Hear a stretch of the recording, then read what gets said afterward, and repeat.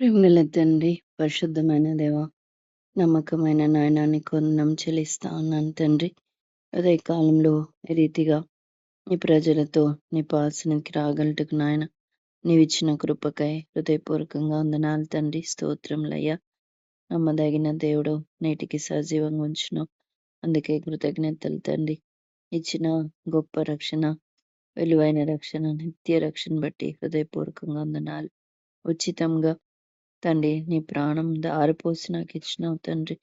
అందుని బట్టి నిన్ను స్తుతిస్తున్నాను. దాని విలువను ఎరిగిన దాన్ని భయంతో వణుకుతూ తండ్రి రక్షణను కొనసాగింప చేసుకోవడానికి నీ కృపను నాకును మాకందరికి కూడా దయచేయమని ప్రార్థిస్తున్నాను తండ్రి. ఇది మా కొరకై అనుగ్రహించిన లేఖన భాగాలు బట్టి నీకు వందనములు. దాన్ని మీరే వివరించండి. నన్ను ఖాళీ చేయండి ప్రభువా. నాలో మీరుండి నీ ప్రజల అక్కర తీర్చండి. నా అక్కర కూడా తీర్చండి ప్రభువా. నాయన నీ మాట కాకుండా ఒక్కటైనను నా సొంత మాట నేను పలుకకుండానట్లు తండ్రి మీరు నాకు కృపను దయచేయమని బ్రతిమాలుకుంటూ నన్ను పరిశుద్ధపరిచి నా ప్రాణాత్మ దేహాలు వశపరుచుకొని నాలో మీరుండి మీ కార్యమును సంపూర్ణంగా నెరవేర్చుకోమని బ్రతిమాలుకుంటూ తండ్రి ఆ రీతిగా సహాయపడుతున్నందుకు కృతజ్ఞతలు చెల్లించుకుంటూ యేసయ్య ఘనమైన నామంలో ప్రార్థిస్తున్నాను తండ్రి. ఆమేన్. మార్కు సువార్త 7వ అధ్యాయం 21వ వచనం 20 నుంచి చదువుతాను. మనుష్యుని లోపల నుండి బయలు వెళ్ళునది మనుషుని అపవిత్రపరచును. లోపల నుండి అనగా మనుషుల హృదయంలో నుండి దురాలోచనలను, జారత్వములను, దొంగతనములను, నరహత్యలను, వ్యభిచారములను, లోభములను, చెడుతనములను, కృత్రిమములను, కామ వికారములను, మత్సరమును, దేవదూషణయు, అహంభావమును, అవివేకమును వచ్చును. ఈ చెడ్డవన్నీ లోపల నుండి బయలువెళ్ళి మనుషుని అపవిత్రపరచునని ఆయన చెప్పాను. మనం ఇవన్నీ చదువుతున్నప్పుడు మనం ఏమనుకుంటాం తెలుసా? ఇవి ఎవరిలోనే ఉన్నాయిలే, నాలో కాదు అని అనుకుంటాం. కానీ ఇవి మనలోనే ఉంటాయి. జాగ్రత్తగా ప్రతి ఒక్కటి మనం గమనించినట్లయితే ఇవి మనలో నుండి బయటకు వస్తున్నాయి. ఇవన్నీ చెడ్డవి కదా! చెడ్డవన్నీ లోపల నుండే బయలువెళ్ళి బయట నుంచి మనకు తగులుకుతున్నాయి అనుకుంటున్నాం. కానీ లోపల నుంచే బయటకొస్తున్నాయి. తద్వారా మనము అపవిత్రపరచబడతాం. దేవుడేమంటున్నాడు, నేను పరిశుద్ధుడను గనుక మీరు గూడా పరిశుద్ధులుగా ఉండండి. ఈ గుణాలు ఎట్లా మనం పోగొట్టుకునేది? అది ఇంపార్టెంట్. ఉన్నాయి నిజమే. వాస్తవం ఒప్పుకోవాల్సిందే. ఎలా ఉన్నాయి? ఫస్ట్ మా ఆలోచన దురాలోచనలున్నాయి. 21 మధ్యలో మనుషుల హృదయంలో నుండి దురాలోచనలు బయలువెళ్తాయి. చెడ్డ ఆలోచన. వేరే వాళ్ళ గురించి అనుకోవడం గాని, మన గురించి అనుకోవడం గాని, అనేక సంగతులుంటాయి. వేరే వాళ్ళ గురించి కోప్పడడం గాని, అసూయపడడం గాని, ద్వేషంగా మాట్లాడడం గాని, దాన్ని గొనగడం గాని, సనగడం గాని, వేరొకరికి ఆ దురాలోచన వచ్చిందంటే మళ్ళా దాన్ని అలాగ ఉంచం. ఆ దురాలోచన మళ్ళీ ఎళ్తది. ఎళ్లి ఇంకొకరికి గూడా చెప్పేస్తది. వేరే వాళ్ళ గురించి ఏదైనా నువ్వు తప్పుగా తలంచినావనుకో, అది మళ్ళా స్ప్రెడ్ అయితది. ఇంకొకరికి కూడా చెప్తావు. నువ్వు చెడిపోయింది కాక అందరిని చెడగొడతావు. అది ఎంత భయంకరమైంది తెలుసా? అది అపవిత్రమైంది. అపవిత్ర ఆత్మ అది. గుర్తుపెట్టుకోవాలి. ఆ లక్షణం అంటే ఏంది? ఒక్కొక్క సేన దెయ్యం పట్టిన వాళ్ళు 2000 మంది అపవిత్ర ఆత్మలున్నాయంట. ఒక్కొక్కటి ఒక్కొక్క చెడు గుణం. ఒక్కొక్క చెడు గుణం. అన్నీ ఒక్క చోట గ్యాదర్ అయ్యి వాడిని ఎలాగ చేసినాయంటే మనుషుల మధ్యలో ఉండకుండా చేసినాయి. సమాజంకి బయటికి ఎక్కడ? సమాధులలోనికి తీసుకెళ్ళిపోయినాయి. అంతేకాదు తన్ను తానే గాయపరుచుకునేటట్లుగా చేసినాయి. ఎవ్వరు కూడా సాధుపరచలేకపోయినారు. ఎంత భయంకరమైన స్థితి. ఎవరన్నా దగ్గరకొస్తే వాళ్ళని కూడా గాయపరుస్తాడు. ఇవన్నీ చెడ్డ లక్షణాలు. ఈ లక్షణాలు కూడా మనము తీసివేసుకోకపోతే అవి కూడా మనల్ని సేన దయ్యం పట్టిన వాడిగా చేస్తాయి. నిజం, వాస్తవం అది. దయ్యం పట్టడం అంటే సమాధుల్లోనే ఉన్నక్కర్లే. మన మధ్యలోనే ఉంటారు. కాకపోతే సమాధుల్ని ఇష్టపడినట్టుగా చచ్చిన వాటిని ఏదైతే విడిచిపెట్టింటామో పాత స్వభావాన్ని ఇష్టపడేటట్టు ఉంటది. వారి హృదయం కంపు కొట్టేటట్లుగా, శవాపు వాసన, మరణపు వాసన కొట్టేటట్లుగా వారి హృదయం ఉంటది. ఎందుకట్లా తయారైపోయిందంటే ఒక్కొక్క చెడు లక్షణం అమ్మ. ఇక్కడ రాయబడితే ఎన్ని లక్షణాలు. జారత్వము, జారత్వము మనకు తెలుసు జారత్వం అంటే.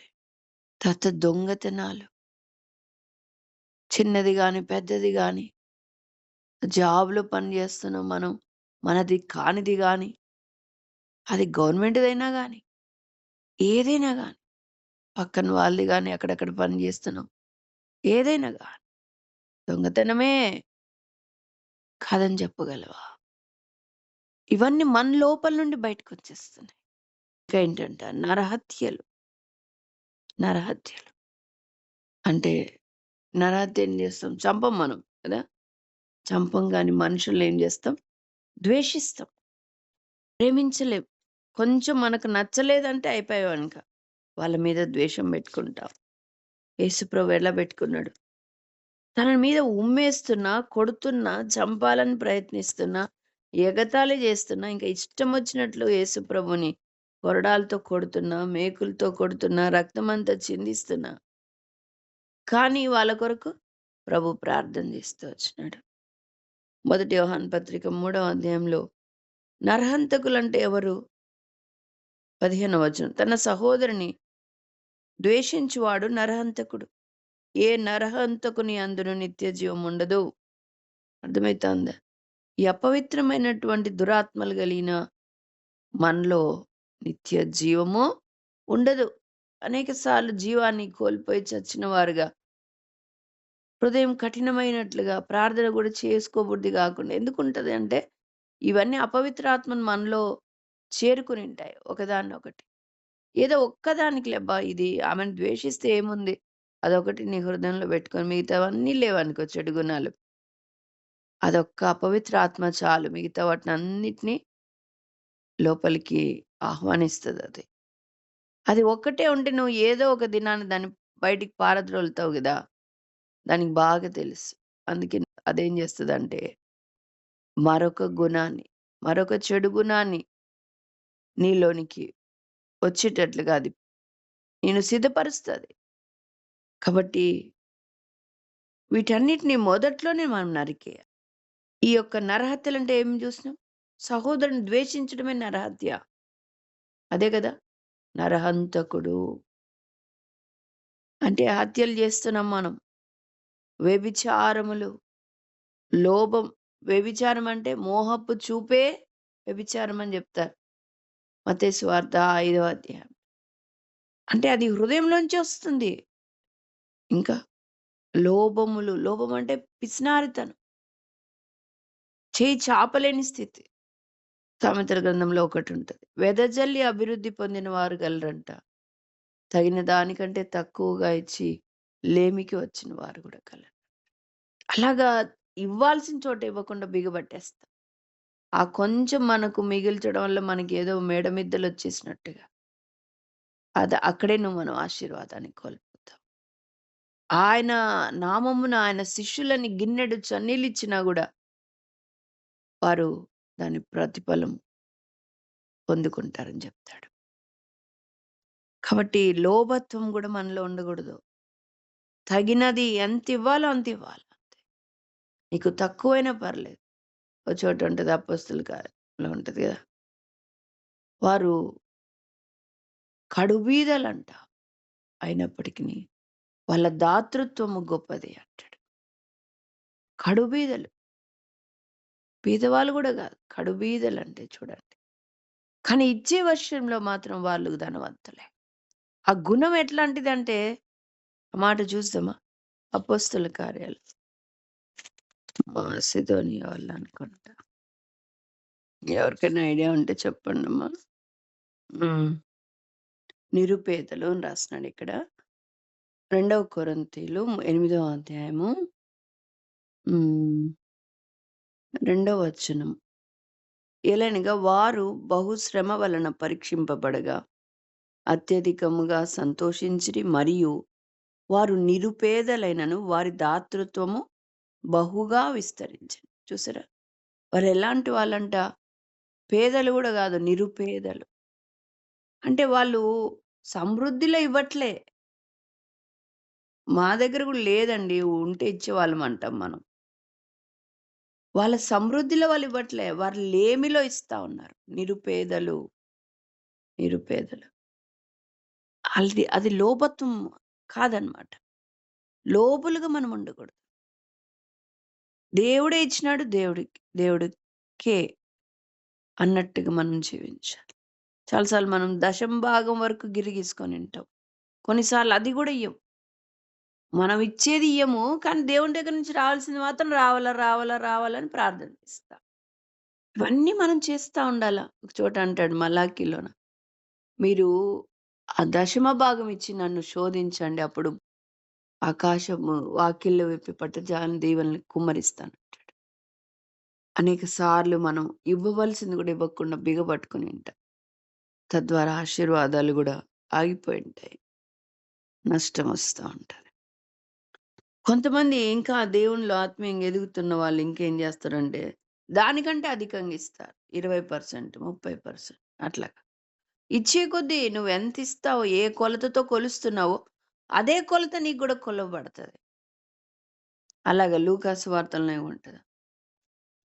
మనము ఎంత ఇస్తామో దానికి, ఎన్నో రెట్లు ప్రభువు మనకిచ్చేవాడుగా ఉంటాడు. ఇహలోకంలో మనుషులైతే దాని గురించి బిగబట్టుకునేవారుగా ఉంటారు గానీ, దేవుడు ధారాళంగా మనకిచ్చేవాడుగా ఉంటాడు. కాబట్టి మనం గూడా ప్రభువుకి గాని, ప్రభు పిల్లలకు గాని, తర్వాత బీదలకు గాని, ఇచ్చే విషయంలో వెనకడుగు వేయకూడదు. దేవునికి గాని చూడండి. లూకా సువార్త 6వ అధ్యాయం 38 చూడండి. లూకా 6:30. క్షమించుడి అప్పుడు మీరు క్షమింపబడుదురు. ఈయుడి అప్పుడు మీకియ్యబడును. ఎట్లిస్తాడంట? అణచి, కుదించి, దిగజారునట్లు నిండు కొలతను మనుషులు మీ ఒడిలో కొలుతురు. మీరు ఏ కొలతతో కొలుతురో, ఆ కొలతతోనే మీకు మరలా కొలువబడును. చూసారా? మనం 10% ఇస్తే ఆశీర్వదిస్తాడు. నువ్వు ఇంకా ఎక్కువ కొలత కొలుస్తున్నావు దేవునికి. అంటే ఇంకా ఎక్కువ కొలత దేవుడు నీకు కొలుస్తాడు. గుర్తుపెట్టుకోవాలి. ఎట్లంట? అణచి, కుదించి, దిగజారునట్లుగా ఇస్తాడు. కాబట్టి లోభత్వం అనేది నీ అంతరంగంలో అబ్బా! ఏమిచ్చినాంలేబ్బా మాకు తక్కువైపోతది. అన్నీ ఇవ్వకూడదు. లిమిటెడ్‌గా ఉండాల. మళ్ళీ లోపల ఒక దురాలోచన చెప్తా ఉంటదనమాట. వాటికి మనలో అవన్నీ దురాత్మలమ్మా. ఏదైనా వాక్యం వచ్చిందనుకో లోపడదు దురాత్మ. నువ్వు బానే ఉన్నావు. అట్లేం గాదు. బాగానే ఉన్నావు. అట్లా అనుకోవద్దు నువ్వు. నీకు గాదది వాక్యం. వేరే వాళ్ళకది. పాపాన్ని ఒప్పింప చేయదనమాట. దురాత్మ నీలో ఉంటది. ఇవన్నీ లోపలుండేటియే. తర్వాత ఇంకా ఏంటి? లోభత్వము, చెడుతనాలు, కృత్రిమములంటే ఏం తెలుసా? నేచురాలిటీ ఉండదు వాళ్ళ ప్రవర్తనలో గూడా. ఆర్టిఫిషియల్‌గా ఉంటారు. వారి మాటల్లో, ప్రవర్తనలో. అంతా డ్రామాటిక్‌గా అన్నమాట. ఏదో నేను వాళ్ళకిట్లా జేస్తే వాళ్ళిట్లా నాకు జేస్తారు. అలా కాదమ్మా. నీ అంతరంగాన్ని దేవుడు చూస్తాడు. నువ్వు నిజంగా ప్రేమిస్తున్నావా? నిస్వార్థంగా ప్రేమిస్తున్నావా? ఇట్లా నేను వాళ్ళకి పొగిడితే వాళ్ళు నన్ను మంచిగా జూసుకుంటారు. నా కొరకు మంచి జేస్తారు. అంత అంతరంగాన్ని దేవుడు చూస్తాడు. బయట అంతా మనం చెత్త పని జేసొచ్చి వాళ్ళ ముందు మాత్రం మంచి పని జేసినట్టుగా ఆ కొ దాన్నేమంటారు? కవరింగ్ జేస్తా ఉంటాం గదా! కృత్రిమం. దేవుడికి కనబడతా. మనుషులకు కనపడకపోవచ్చు. గుర్తించలేరు మనుషులు. దేవుడు గుర్తిస్తాడు గదా! ప్రతిఫలం గూడా ఆయనే ఇస్తాడు. కాబట్టి యథార్థంగా ఉండడం మనం నేర్చుకోవాలి. ఈ కృత్రిమంగా యాక్షన్ జెయి, వేషధారణ జెయి. మంచిగా కనపరుచుకో. నిన్ను మంచిగా చేసుకో, మంచి పొందుకో. ఈ లోకంలో మనుషులు మోసపోయి మనకిచ్చేవి తాత్కాలికమైంది. కానీ దేవుడు ఇవన్నీ చూస్తున్నాడు. ఆయన ప్రతిఫలం ఇచ్చేవాడు. అది కృత్రిమం ఉండకూడదు మన జీవితంలో. యథార్థమైన జీవితం అనుకుంటాడు. కామ వికారములు. కామ వికారములు అంటే ఏంటంటే సరసోకృతులు, పోకిరి చేష్టలు, అల్లరితో కూడిన ఆటపాటలు, వీటన్నిటి కామ వికారాలంట. అలాంటివన్నీ కూడా ఎక్కడి నుంచి వస్తాయంట? హృదయంలో నుండి వస్తాయి. మత్సరము అంటే అసూయపడ్డం. కొన్ని రోజులు మంచిగా ఉంటాం, ఫ్రెండ్స్గా ఉంటాం. మనకంటే వాళ్ళు ఎవరైనా పోల్చి చెప్తున్నా, మనకంటే వాళ్ళు ఎక్కువైపోతున్నా, ఇంకా కోపం, ద్వేషం, ప్రేమ ఎక్కడికో పోయి ఉంటుంది. వాళ్ళ టాలెంట్ని బట్టి వాళ్ళు వాళ్ళు పొగడబడుతున్నారు. అది మనం యాక్సెప్ట్ చేయము. మన హృదయం యాక్సెప్ట్ చేయదు. మోసం చేసిందనో, లేకపోతే వీళ్ళే అనవసరం పొగుడుతున్నారేమో అననో, లేకపోతే వాళ్ళకేమన్నా లంచం ఇచ్చిందనో, ఏదో ఒకటి చేస్తాం గానీ అసలు నీలో ఉన్న లోపాన్ని నువ్వు గుర్తించవు. ఆ మచ్చరం అట్లా పెట్టుకుంటావు. అసూయపడతా ఉంటావు. దేవదూషణ చూసావా ఎంతవరకు వెళ్ళిపోయింది? దేవుణ్ణి దూషించే రీతిగా ఏదైనా కష్టం వచ్చిందనుకో, దేవుడు అందరిని బాగుపెట్టినాడు. నాకే ఎందుకు ఇట్లాగా? నేనేం తప్పు చేసిన? దేవునికి నేను అసలు వాళ్ళలాగుండా నేను చాలా లోపడతాను నేను అసలు. దేవుణ్ణి దూషించే స్థితికి వెళ్ళిపోతాను. నీలో నుంచి వస్తుంది అది గుణం, అపవిత్రాత్మది. జాగ్రత్త పడు. అహంకారం, అహంభావం, గర్వం, జీవపు డంబం అంటారు చూడాలి. నేనేంటి అసలు? నా స్థానం ఏంటి? నేను కలిగిందేంటి? వీళ్ళెంత ఆఫ్టర్ ఆల్? దీనత్వం ఉండదు. అహంకారం. అవతల ఆత్మీయ గర్వమైనా ఉండొచ్చు, లేకపోతే భౌతికంగా నువ్వు కలిగి ఉన్నటువంటి ఉద్యోగాన్ని బట్టైనా, డబ్బుని బట్టైనా, కలిగి ప్రేమించే మనుషులను బట్టైనా, మందిరాన్ని బట్టైనా, ఆత్మీయతను బట్టైనా, బోధల్ని బట్టైనా, ఇంక దేని బట్టైనా గాని గర్వించినట్లయితే అది అహంభావం. దీనత్వం కలిగి ఉంటేనే అది యేసు ప్రభు లక్షణం.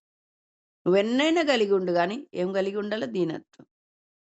యేసుప్రభు ఎంత గొప్పవాడు! దేవుని కుమారుడే, ప్రియమైన కుమారుడే. ఆ తండ్రే సాక్ష్యం ఇచ్చినాడు. అలాంటి కుమారుడు గర్వించడానికి ఎన్నో సంగతులున్నాయి. కానీ ఎప్పుడు గర్వించలే. దీనత్వము, విరిగి నలిగిన హృదయం, సాత్వికమైన గుణము, అది ఆయన లక్షణం, దైవ లక్షణం. అహంభావం నీలో ఉందంటే, గర్వం నీలో ఉందంటే సాతాను ఉన్నాడు. ఎవరో చెప్పనక్కర్లేదు, నీలో నుంచి బయటకు వస్తా ఉంది అది. తర్వాత అవివేకమును వచ్చును. ఇవన్నీ గుణాలు ఏం చేస్తుందంటే నీకు వివేకం లేకుండా ప్రవర్తిస్తావు, మూర్ఖత్వం ప్రవర్తిస్తావు. నాదే కరెక్ట్, ఇంక ఎవరు ఏం చెప్పినా కూడా నువ్వే జ్ఞాని అన్నట్టుగా అవివేకంగా ప్రవర్తిస్తావు. ఈ గుణాలన్నీ నీలో నుంచి బయటకు వస్తున్నాయి. వీటన్నిటి ఎట్లా మనము వీటన్నిటిని ఎట్లా మనం తీసివేసుకోవాలా? ఇలా తీసేసుకోవాలా?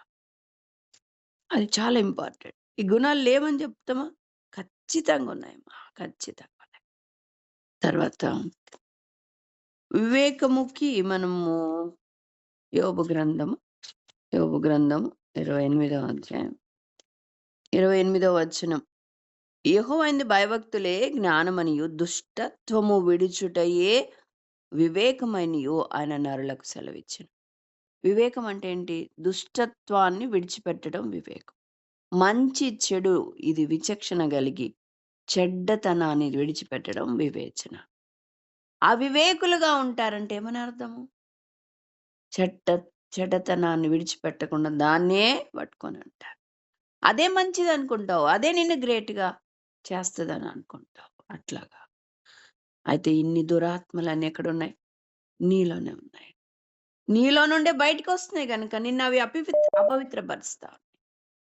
ఇప్పుడేం చేయాలా? ఏం చేయాలా? మార్కు సువార్త కదా మనం చదివాం. మార్కు సువార్త 7వ అధ్యాయము 21లో యాక్చువల్‌గా ఇవన్నీ 23 ఈ చెడ్డవని లోపల నుండియే బయలు వెళ్లి మనుష్యుని అపవిత్రపరచునని ఆయన చెప్పాను. ఇవన్నీ దేని గురించి చెప్తున్నాడు తెలుసా? ఎందుకు చెప్పాల్సిందొచ్చిందంటే, ఒక దినాన ప్రభు యొక్క శిష్యులు చేతులు కడుక్కోకుండా భోజనాలు చేస్తా ఉంటే, అక్కడున్న పరిసయ్యులు, శాస్త్రులు వీళ్ళందరూ 5వ వచనం. నీ శిష్యులెందుకు పెద్దల పారంపర్య ఆచారం చొప్పున నడుచుకొనక అపవిత్రమైన చేతులతో భోజనం చేతురని ఆయనను అడిగిరి. అప్పుడు ప్రభు చెప్తా ఉన్నాడు. అపవిత్రమైన చేతులు కదా! శరీరము పవిత్రంగా ఉండాలంటే వాళ్ళేమంటారు? కడుక్కుంటే పవిత్రమైతుంది. బయట శరీర సంగతి గాదు. అసలు అపవిత్రమైంది ఏదో తెలుసా? అపవిత్రమైంది వాళ్ళేమంటున్నారు? బయట నుంచి అపవిత్రమైంది నోట్లో నుంచి వెళ్ళిపోతది. దానివల్ల మనిషి అపవిత్రపరచబడతాడని వాళ్ళంటున్నారు. ప్రభువు ఏమంటున్నాడు? అపవిత్రత అనేది బయట నుంచి రాట్లేదు. లోపల నుంచి బయటకొస్తాంది అంటున్నాడు. 18 ఆయన వారితో ఇట్లనెను, మీరును ఇంత అవివేకులై ఉన్నారా? వెలుపలి నుండి మనిషిని లోపలికి పోవునదేదియు వానిని అపవిత్రమునిగా చేయజాలదని మీరు గ్రహింపకున్నారా? అది వాని హృదయంలో ప్రవేశింపక కడుపులోనే ప్రవేశించి బహిర్భూమిలో విడువబడును. ఇట్లు అది భోజన పదార్థములన్నిటిని పవిత్రపరచు. అంతే కదా! ఇప్పుడు మనం బయట నుంచి వచ్చే ఇప్పుడు చేతులు కడుక్కున్నా, కడుక్కోకపోయినా ఒకవేళ కడుక్కోకపోయి తిన్నారనుకోండి. అంటే చేతిలో ఉన్న అపవిత్రత అంటే క్రిములు అనుకో. మనం తింటాం. లోపలికి పోతాయి. అయితే అవి తర్వాత ఏమైపోతాయి? బహిర్భూమిలోకెళ్ళిపోతాయి. ఇదంతా భౌతిక సంబంధమైన సంగతి. అసలైన సంగతేందంటే ఈ దుర్గుణాలు. ఇది భౌతికమైన దానికంటే భయంకరమైనది. అది బయటికెళ్ళిపోతది బహిర్భూమిలోకి. అంటే ఏ చెడు నువ్వు తింటున్నావో అది విసర్జించే ఒక మార్గం ఉంది. అక్కడికెళ్ళిపోతాయి. మిగతా పవిత్రమైనవి బాడీకి ఉపయోగపడతాయి. అదే ప్రభు అంటాడు. అవి బహిర్భూమిలో విడువబడును. ఇట్లు అది భోజన పదార్థములన్నిటిని పవిత్రపరచు. కాబట్టి ఇప్పుడు ఏంటి సంగతి అంటే మనుష్యుని లోపల నుండి బయలు వెళ్ళినది మనుషుని అపవిత్రపరచు. కాబట్టి ఇప్పుడు ప్రభువు ఏమంటున్నాడు? మొదటి పేతురు పత్రికలో నేను పరిశుద్ధుడను గనుక మీరును చదవమా మాట.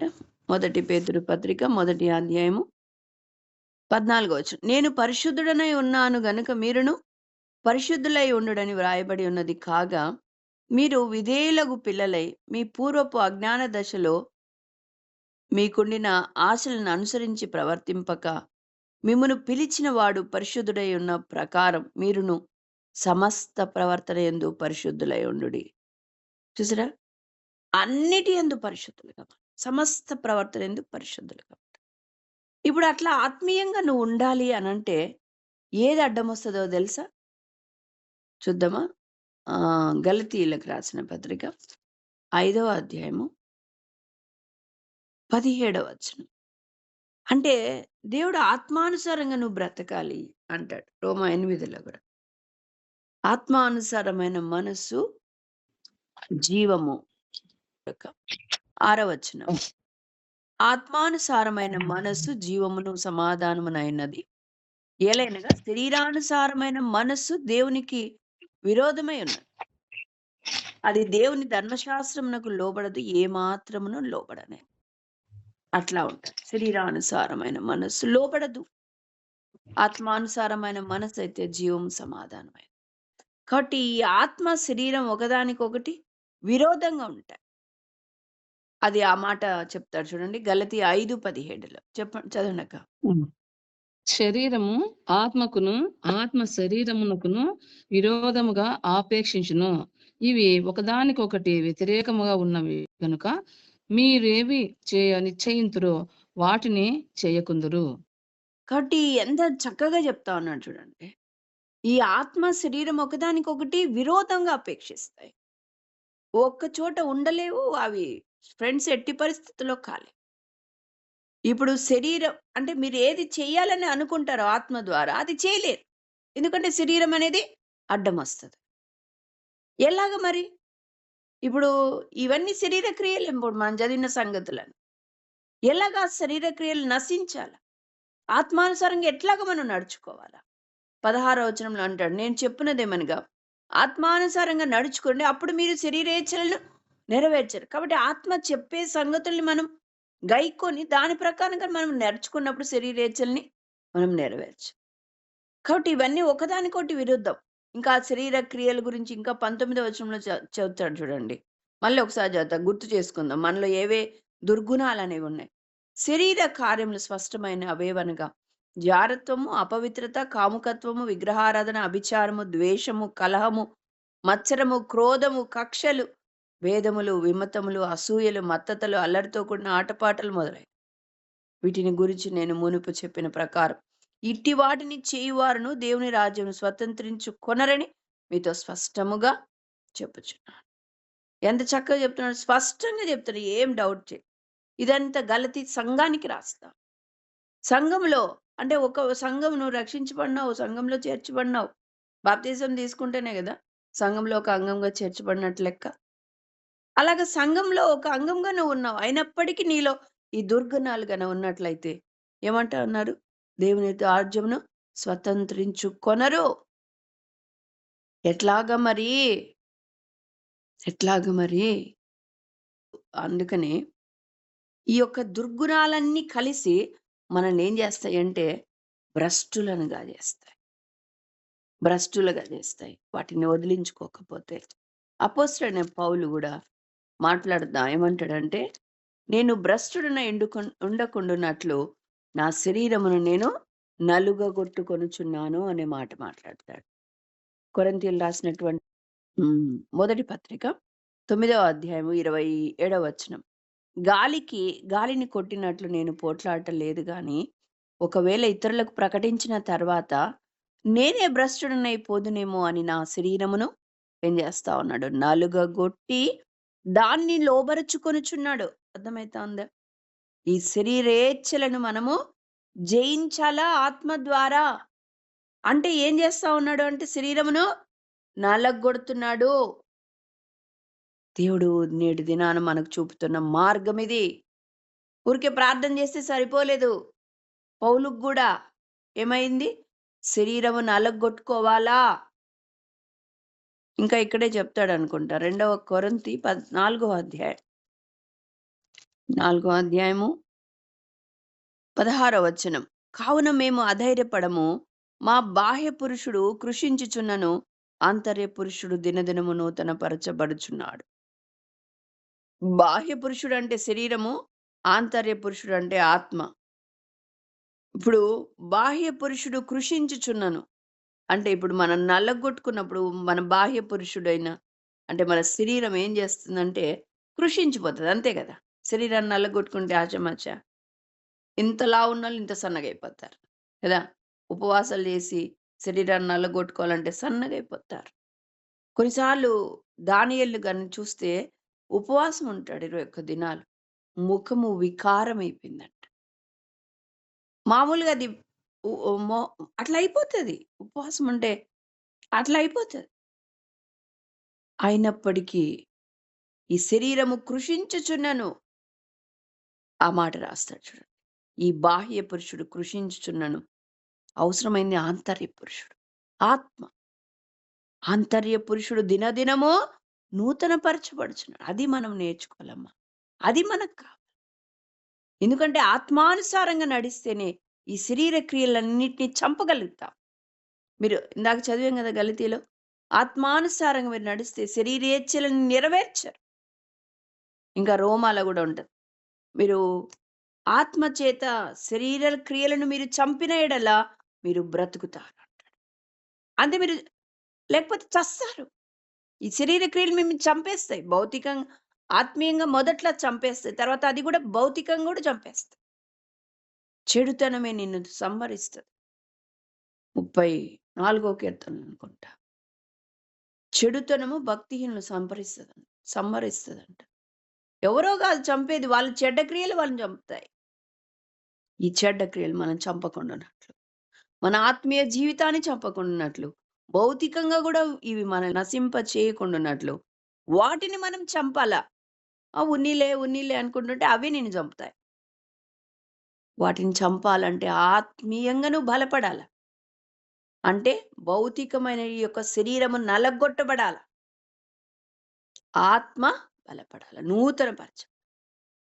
దీని కొరకే దేవుడు యేసు ప్రభు ఏం చేస్తా ఉన్నాడంటే, ఆయన ఏం చేస్తా ఉన్నాడంటే చూద్దామా మత్తయి సువార్త. మనకి ఎవరు మాదిరి వద్దు. యేసయ్యని మనకు ఏం చేస్తా ఉన్నాడు. 4వ వచనం. అప్పుడు యేసు అపవాది చేత శోధింపబడ్డక ఆత్మ వలన అరణ్యమునకు కొనిపోబడెను. 40 దినములు 40 రాత్రులు ఉపవాసమునిన పిమ్మట ఆయన ఆకలి కొని. ఇప్పుడు ఆయన ఏం చేస్తా ఉన్నాడు. శోధకుని ఎదుర్కోబోతున్నాడు. ఇప్పుడు ముందుగా ఏం చేస్తున్నాడు. ప్రార్థనతో తను సిద్ధపడతా ఉన్నాడు. 40 దినాలు బాప్తిజం తీసుకున్నాక ఆయన ఏం చేసినాడు. ఉపవాసంతో ఉన్నాడు. 40 దినాలు 40 రాత్రులు 40 రాత్రులు అంటున్నాడు. 40 దినాలు అలాగా ఉపవాసం ఉండి దాని తర్వాత వచ్చిన శోధకుని జయించినాడు. యేసయ్య కూడా ఏం చేసినాడు. మా శరీరాన్ని నలగొట్టుకున్నాడు. ఉపవాస ప్రార్థనలో అటెండ్ అవ్వడం ఎంత ఇంపార్టెంటో చూడండి. నీ శరీరం నీకు నలిగితేనే తప్ప నువ్వు ఆత్మీయంగా బలపడలేవు. నువ్వు మా ముందు ఉపవాస ప్రార్థన నీ పక్కన నువ్వు తింటా ఉంటే తాగుతా ఉంటే అది ఎవరో దేవుడే చూస్తూ ఉంటాడు. ప్లస్ ఆ శరీరం అనేది ఏం చేస్తుందంటే ఆత్మను చంపుతూ ఉంటుంది. ఆత్మను అణిచేస్తూ ఉంటుంది. ఇంకా నువ్వు శరీరానుసారంగా బ్రతుకుతావు. అట్లా కాదు. ఆత్మ బలం ఉండాలి. శరీరం నలగొట్టబడాలి. అదే చేసినారు పౌలు గాని, యేసు ప్రభు గాని, దానియేలు గాని, దావీదు గాని, ఎవరైనా గాని శరీరాన్ని నలగొట్టాలి. దాని కొరకే మనం ఉపవాస ప్రార్థన చేయాలి. ఇప్పుడు మనం ఇట్లా గ్యాదర్ అవుతున్నామంటే ఖచ్చితంగా వేరే వాళ్ళ కొరకు ఉపవాస ప్రార్థన అంటే మరెక్కువ జాగ్రత్తగా. ఇది చాలాసార్లు నేను చూస్తా వచ్చు. ఉపవాస ప్రార్థన అనగానే నిర్లక్ష్యం, అశ్రద్ధ. మా గ్రూప్లో అట్లా ఉండదు. వేరే వాళ్ళ కొరకంటే మనమే ముందుండాలి. వాళ్ళు కాదు ముందుండాల్సింది. పొద్దున నువ్వు చేసినట్లు నీకు కూడా చేయబడుతుంది. నువ్వు ఎంత నిర్లక్ష్యంగా ఇతరుల కొరకు ఉంటావో రేపొద్దున నీ కొరకు కూడా ఉపవాస ప్రార్థన చేయబడదు. చేసినా కూడా భారం దేవుడు వాళ్ళకి ఇయ్యడు కూడా. ఒకవేళ అటెండ్ అవ్వచ్చు, అయినా కూడా భారం ఉంటుంది. నువ్వు ఎంత ఏ కొలత నువ్వు కొలుస్తుంటావు అదే కొలత నీకు కూడా కొలవబడదు. అలాగా మన కొరకు ఉపవాస ప్రార్థన అవసరం, వేరే వాళ్ళ కొరకు కూడా ఉపవాస ప్రార్థన అవసరం. అంతేకాదు ప్రభు ఎలాగున్నాడు. దివారాత్రులు దేవుని సన్నిధిలో గడుపుతా ఉన్నాడు. యేసు ప్రభు ఒక రాత్రంతా కొండ మీద ప్రార్థన చేస్తా వస్తాడు. దాని తర్వాత ఆయన శిష్యుల్ని పిలుస్తాడు. 12 మందిని ఏర్పాటు చేసుకుంటాడు. మార్కు సువార్తలు 3వ అధ్యాయంలో 13 నుంచి ఆ మాటలు ఉన్నాయి. కానీ ఆయన వాళ్ళని ఏర్పాటు చేసుకునే కంటే ముందు రాత్రంతా ఆయన ప్రార్థనలో గడుపుతాడు. అది మనకు మాదిరి. రాత్రంతా ప్రార్థనలో గడపడం అనేది ఎంతో బలాన్ని ఇస్తుంది. ఎందుకు ఇస్తుంది అంటే ఉపవాసంతో రాత్రంతా గడపడం అనేది మన శరీరాన్ని మరింత నలగొడుతుంది. మనం ఎంత నలుగుతూ ఉంటామో మనలో ఉన్న దురాత్మలు ఒక్కొక్కటి బయటికి పారిపోతా ఉంటాయి. ఉండు ఉండు ఉండు అని నువ్వు బతిమాలకుండా ఉండవు అవి. ఎందుకంటే నీ శరీరాన్ని నువ్వు నలగొడతావు. అంతేకాదు నువ్వు ఊరికే ఆషామాషిగా ఉండట్లేదు. ఉట్టిగా ఉపవాసం ఉండి దేవుని సన్నిధిలో గడుపుతున్నావు రాత్రంతా. వారు ప్రార్థన చేస్తా ఉంటే వాళ్ళతో ఏకీభవిస్తా ఉన్నావు, వింటా ఉన్నావు.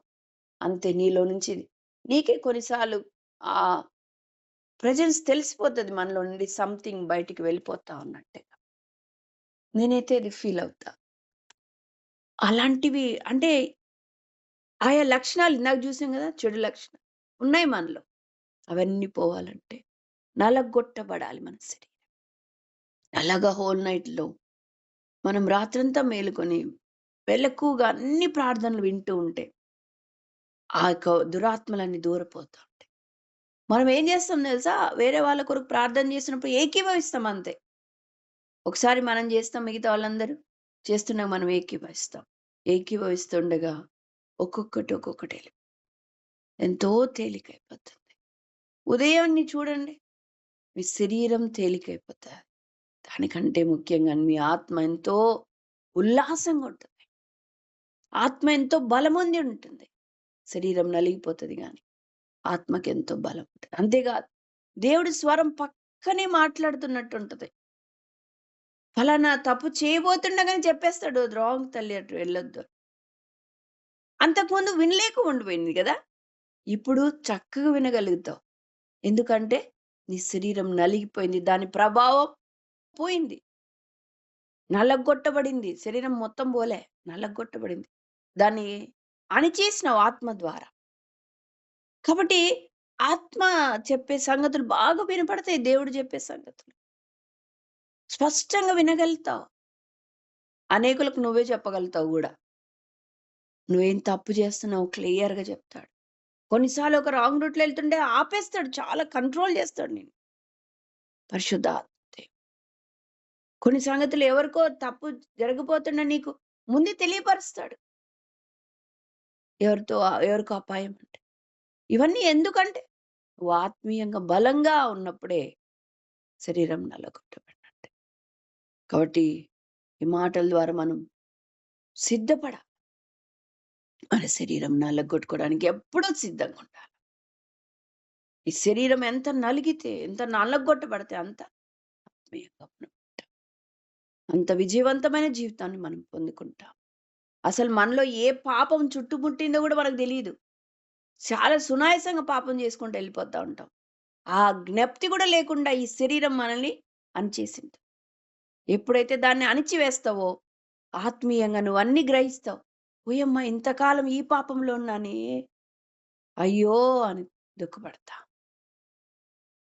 ఆ మెలకువ రావాలి. ఆ మెలకువ రావాలి. ప్రభు స్వరము నీకు దగ్గరగా వినపడాలంటే, ఆయనతో సన్నిహిత సంబంధం నువ్వు కలిగి ఉండాలంటే మన శరీరాన్ని నల్లగొట్టుకోవాలి.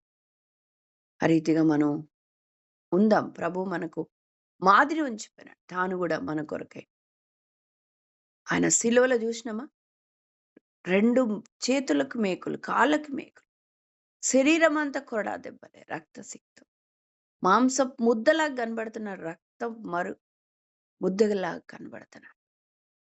ఎందుకంత శరీరం నలగొట్టబడింది? మనం చేసిన తప్పు కొరకే మన శరీరం అట్లా శిక్షించబడాలి గాని, ఆయన మనందరి కొరకై నలిగిపోయినాడు, విరిగిపోయినాడు. మనకు అందరి కొరకే తన ప్రాణం అర్పించినాడు. ఇప్పుడు ఈ లోకంలో మనం సజీవ యాగంగా అర్పించుకుంటాం అంటున్నాం కదా. అంటే బ్రతికుండి చావడం అని అర్థం. సజీవ యాగం అంటే బతుకుతూ చావడం అని అర్థం. యేసయ్య మన కొరకు సిలువలో చనిపోయినాడు. అనేక బాధలు మన కొరకు అనుభవించినాడు. ఆ భౌతికమైన శిక్ష తానే తీసేసుకున్నాడు. అయితే ఇప్పుడు మనం ఏం చేయాలంటే, మన శరీరంను మనము నలగొట్టుకొని ఆయన మార్గంలో సాగిపోవాలి.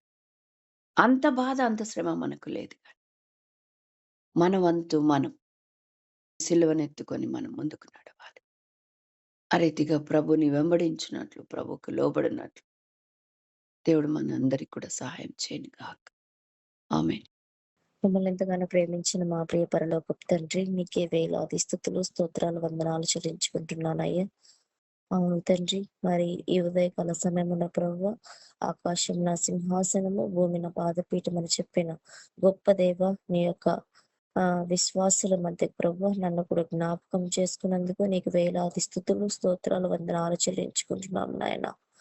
మరి ప్రభువా నా తండ్రి, మాకు తెలియని విషయాలు ప్రభువా, తెలియని తండ్రి ఎన్నో వాక్యాలు ప్రభా నా తండ్రి మాకు జ్ఞాపకం చేసుకున్నందుకు తండ్రి, మరొకసారి ప్రభా అందులో మమ్మల్ని తండ్రి నిలబెడుతున్నందుకు నీకు స్తోత్రం చెల్లించుకుంటున్నాను తండ్రి. నువ్వు స్థిరపరుస్తున్నందుకు నీకు స్తోత్రం చెల్లించుకుంటున్నామయ్యా. మరి ప్రభా నాయన తండ్రి, మరి ప్రభా మేము కూడా తండ్రి తండ్రి లోకం వైపు చూసి తండ్రి ఇలాగే ప్రభా చెడు కార్యాలకి, చెడు తలంపులకి, దుష్ట కార్యాలకి, దురాలోచనలకి, దుష్ట ఆలోచనలకి అడిక్ట్ అయిపోయి ఉంటున్నామేమో తండ్రి. మమ్మల్ని మేము పరీక్షించుకుంటున్నామయ్యా.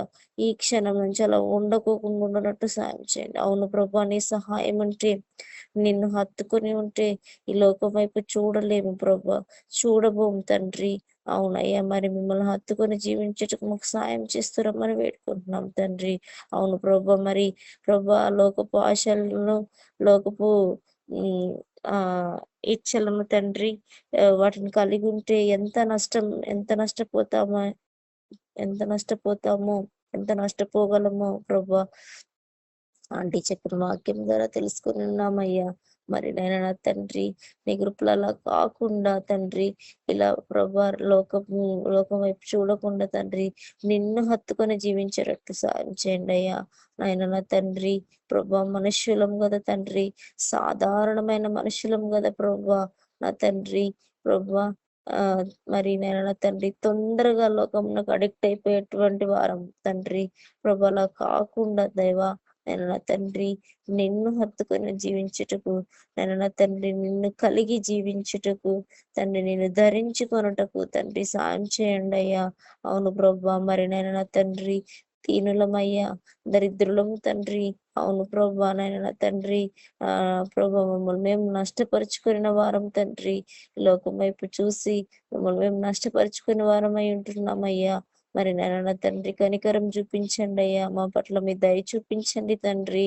అవునయ్యా, మరి నాయన తండ్రి ప్రభా నీ కృపలో, నీ మహిమలో మమ్మల్ని ఆదరించండి అయ్యా తండ్రి. ఆదుకోనండి ప్రభా నా తండ్రి.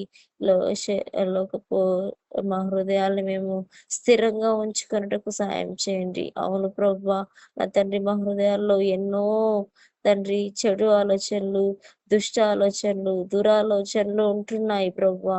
మరి నా తండ్రి ప్రభా ఈ క్షణం వాటిని తీసివేస్తురమ్మని వేడుకుంటున్నాం వేస్తున్నామంలో ప్రభా. మరి నా తండ్రి కనికరం చూపించండి అయ్యా తండ్రి. ఈ క్షణమే వాటిని తీసివేయండి ప్రభా. మరి నా తండ్రి మా హృదయంలో నీ వాక్యం ఉంచుకొని నా తండ్రి నిన్ను హత్తుకొని జీవించుటకు సాయం చేయండి ప్రభా. మరి నేను నా తండ్రి నీ యొక్క మార్గాన్ని అనుసరించుటకు సాయం చేయండి తండ్రి.